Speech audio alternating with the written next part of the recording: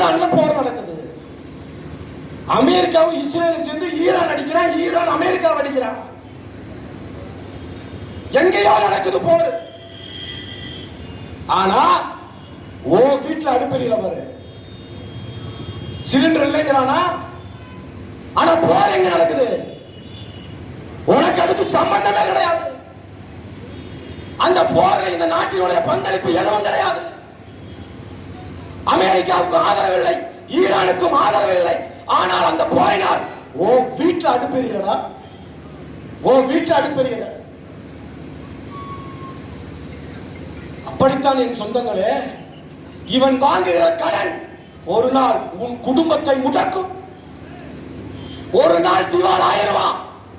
இலங்கையை போல, வங்காளதேசத்தை போல, பாகிஸ்தானை போல ஒரு நாள் பொருளாதார நெருக்கடியிலே சுள்ளியத்தில் வந்து நிற்ப. ஆனால் அந்த நிலை ஏற்பட்டதற்கு பிறகுதான் நீ உணர்வ இந்த பிள்ளைகள் எதை வலியுறுத்தி பேசுனாங்க, எதுக்காக கத்துனாங்க. அன்னைக்குதான் உனக்கு தெரியும். இப்ப சொல்லும் போதெல்லாம் புரியாது. அதத்தான் எங்க அண்ணன் சீமான் சொல்றாரு, போதிக்கும் போது தெரியாது இந்த மக்களுக்கு, பாதிக்கும் போதுதான் தெரியும். இலங்கையில பட்டானா வந்துச்சா? எல்லா பணத்தையும் போருக்கு செலவழிச்சா. 2009 சீனா கிட்ட கடை வாங்கினா, சிக்கனம். சீனா கிட்ட கடை வாங்கி சிக்கனம். முடிஞ்சிச்சு சோழி. நம்ம எல்லாரும் பார்த்தோம் எவ்வளவு பெரிய பொருளாதார பிரச்சனை அங்க நடந்துச்சு. அந்த பிரச்சனைக்கு பிறகு யார் அதிபராகிறா பாரு, யார் அதிபராகிறா? திசநாயக்க 3% வாக்கு பெற்றிருந்தவன் இன்றைக்கு ஆட்சி அதிகாரத்தில் உட்கார்ந்துட்டான். வெறும் 3% பெற்ற ஒரு அரசியல் கட்சி இலங்கையின் அதிபராகுதுன்னா என்ன அர்த்தம்? போதிக்கும் போது தெரியல, பாதி பணம் தான் தெரிஞ்சிச்சு. அப்படித்தாண்டா ஒரு நாள் 8.22 இருக்கக்கூடிய நாம் தமிழர் கட்சி அண்ணன் சீமான் இந்த பாதிப்புக்கு பிறகுதான் அதிபராகணும், முதல்வராகணும்னா, ஆட்சி அதிகார நிர்வாகம் என் கைக்கு வரும்னா அன்னைக்கு தான் வரும். ஆனால் என் பிள்ளைகள் நினைப்பது என்ன தெரியுமா? அதற்கு முன்னால் சுதாரித்துக் கொள்ளுங்கள். அத்தனையும் இழந்து கடன் மீது கடன் வாங்கி பொருளாதார சீர்கேடாகி பொருளாதார பிரச்சனைக்கு உள்ளாகி இனி ஒரு அடி கூட எடுத்து அரசாங்கத்தால் வைக்க முடியாத நிலை வரக்கூடாது. அந்த நிலை வருவதற்கு முன்னாகவே திருந்திக்கோ. உலக நடப்புகளை பார்த்து கற்றறிஞ்சு புரிஞ்சுக்கோ. ஆனா அது இல்லையே நம்ம கிட்ட. அது எங்க இருக்கு? நம்மகிட்ட சம்பந்தப்பட்ட திமுகவினுடைய அமைச்சர் பெருமக்களே பேசுறேன். நாடாளுமன்ற உறுப்பினரே சொல்றான், நான் சொல்ல வேணாம், நான் சொல்றதை நீ நம்பாத, எங்க அண்ணன் சீமான் சொல்றதை நம்பாத, பிடிஆர் தியாகராஜன் சொல்றதை நம்புறியா நம்ப மாட்டியா? நாங்க போய் சொல்றோம், எங்களுக்கு எதிர்கட்சி என் இனத்தின் விரோதி திமுக, அதனால நான் போய் சொல்றேன் கூட வச்சுக்க. பிடிஆர் தியாகராஜன் போய் பேசுவாரா?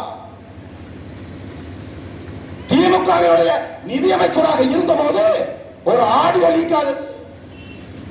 அது ஆடியோ லீக் கிடையாது, உண்மை லீக். அது ஆடியோ லீக் கிடையாது, உண்மை லீக். என்ன சொன்னாரு? மாதம் 3000 கோடி சபரீஸ்வரன் உதயநிதியும் சாதாரணமாக சம்பாதிக்கக்கூடிய சம்பாத்தியம் 3000 கோடி. ஒரு வருஷத்துக்கு என்னாச்சு? 5 ஆண்டுகளுக்கு என்னாச்சு? சொன்னது பிடிஆர் தியாகராஜன்.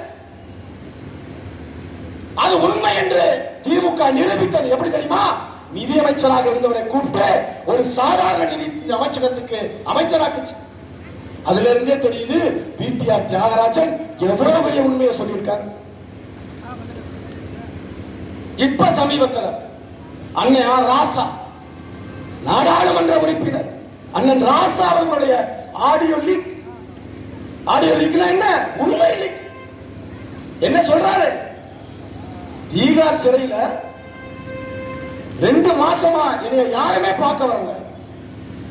2 மாசத்திற்கு பிறகு கனிமொழி வந்ததற்கு பிறகுதான் ஈகார் சிறையில என்னையும் பார்க்க ஆள் வந்துச்சு. எந்த அமைச்சர் பெருமக்களால் என்னை பார்க்க வந்தார்களா? தலைவர் ஏன் அவர்கள் என்னை பார்ப்பதற்கு அனுப்பவில்லை. அன்னை ஆர் ராசா பேசியிருக்காரு. அன்னை ராசா யாருக்கிட்ட ரகசியம் சொன்னத நாங்க சொல்லல. அவர் பேசின குரல் பதிவு. ஏன் வீட்டுல இருந்தா எடுத்தாங்க பணத்தை? கலைஞர் டிவிக்கு தானே போச்சு 200 கோடி. ஆனா என்னைய பார்க்க வரல எவனோ. மேற்கொண்டு சொல்றாரு, அன்னை அழகிரி என்னை பார்க்க வந்தாரு. பார்க்க வந்தப்ப சொன்னாரு, ஏப்பா ஸ்டாலின் தான் 200 கோடியை வாங்கி கலைஞர் டிவிக்கு கொடுத்தாராம்ல. இதுல நீயும் கனிமொழி என்னப்பா பண்ணுவீங்க? அப்புறம் ஆயிட்டு ஸ்டாலினை தூக்கி உள்ள வைக்க வேண்டியதானே. நாங்க சொல்லல. மூக்க அழகிரி யாருன்னு சொல்லி தெரியணுமா? கருணாநிதி பெற்றெடுத்த அருந்தவ புதல்வன், மதுரையின் கட்ட பஞ்சாயத்து நாயகன் ஐயா அழகிரி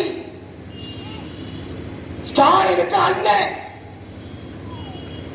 அந்த அண்ணன் சொல்லியிருக்காரு ராசாட்ட, எப்ப நீ ராசாவும் 2 பேரும் அப்புறம் இருக்கப்பா, ஸ்டாலின் தானப்பா 200 கோடியை வாங்கினது. இதற்கெல்லாம் பதில் சொல்ல முடியுமா திராவிட முன்னேற்ற கழக அருந்தவ புதல்வர்களே? இதை குறித்து மேடை போட்டு பேச முடியுமா? நீங்க பேசுங்க பாப்பா. இல்லைன்னு பேசுங்க. சொன்னது அதிமுக கிடையாது, சொன்னது பாரதிய ஜனதா கிடையாது, சொன்னது நாம் தமிழர் கிடையாது. பிடிஆர் தியாகராஜன், ஆர் ராசா.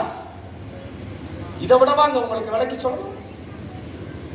இதை விட வாங்க கோடி கோடியா திங்கிறாங்கன்னு இதை விட வாங்க உங்களுக்கு சாட்சியத்தோட விளக்கணும். சட்ட ஒழுங்கு சந்தி சிரிக்குதுங்க. சட்ட ஒழுங்கு சந்தி சிரிக்குது. எங்க பார்த்தாலும் கற்பழிப்பு. அதுவும் எப்படி? கூட்டு பாலியல் வன்கொடுமை. எல்லா இடங்களிலும் கூட்டு பாலியல் வன்கொடுமை. எல்லா குற்றவாளியும் சொல்லக்கூடிய ஒரே வாக்குமூலம், நான் போதையில இருந்தேன், நான் கஞ்சா குடிச்சிருந்தேன். எங்க இருந்து கிடைக்குது? எங்க இருந்து கிடைக்குது? சிகரெட் மாதிரி கிடைக்குதுடா கஞ்சா. சிகரெட் மாதிரி எளிமையா கிடைக்குது. கேட்க ஒரு நாதி, ஒரு துப்பு. அதிமுக கூட பேசுறாங்க. இந்த போதைப் பொருள் கலாச்சாரத்தை அதிமுக கூட பேச. எதிர்கட்சி வெங்காயம். ஏன்னா இவன் கஞ்சா பத்தி பேசுறான், இவன் குட்காவை பத்தி பேசுவான். அன்னைக்கு குட்காவை தூக்கிட்டு ஐயா ஸ்டாலின் எதிர்கட்சி தலைவராக இருக்கும்போது சட்டமன்றத்துக்குள்ள போனாரு. அப்ப அண்ணன் எடப்பாடி இன்னைக்கு கஞ்சா பட்டணத்தோட சட்டமன்றத்துக்குள்ள போயிருக்கணும்ல, பெட்ட பத்தமையோட உள்ள போயிருக்கணும்ல, என்று எம்ஏவோட உள்ள போயிருக்கணும்ல.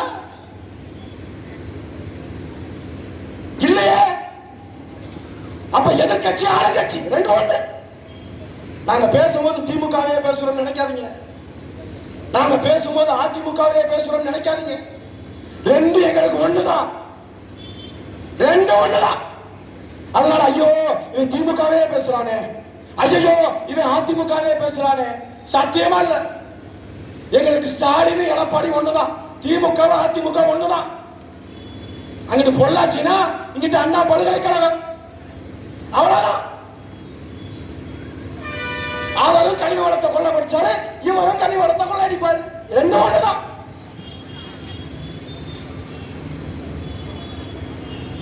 அப்ப இந்த கஞ்சா, இந்த பெட்ட பத்தமே நான் எவ்வளவு எளிதா கிடைக்கின்றதுக்கு இன்னைக்கு வரைக்கும் சாட்சி என்ன தெரியுமா? சாட்சி தென்மண்டல ஐஜி பிரேமானந்த் சின்கா ஐஜியா இருந்தவரு டிஜிபியா உயர்வு வர்றாரு. டிஜிபியா உயர்வு யாரு? பிரேமானந்த் சிங்கா தென்மண்டல ஐஜி. அதுக்கு பதிலா ஒருத்தர் வர்றாரு, விஜேந்திர பிதாரி. இவர் இருந்த இடத்துக்கு அவர் வர்றாரு தென்மண்டல ஐஜியா. வந்து பொறுப்பேற்கும் போது என்ன தெரியுமா சொல்றாரு? ஒரு சாட்சியம் கொடுக்கிறார், வாக்குமூலம் கொடுக்கிறார். என்ன தெரியுமா? போதை பொருள்களும் கஞ்சா பெட்ட பத்தமன்களும் நடமாடுவதை தடுப்பேன். அப்ப என்ன அர்த்தம்? நடமாடி இருக்குன்னு அர்த்தம்டா. ஒரு ஐசியோட வாக்குமூலம். பதவியேற்றவர் என்ன சொல்லணும்? இதுவரை அமைதியாக இருந்தது போல இந்த தென்மண்டலத்தை நான் அமைதியாக வைத்திருப்பேன் அப்படின்னு சொன்னேன்னா இதுக்கு முன்னால குற்றமே நடக்கலைன்னு அர்த்தம். மாறாக போதை பொருள் நடமாட்டத்தை நான் கட்டுப்படுத்துவேன் சொன்னா அப்ப நடந்திருக்கு.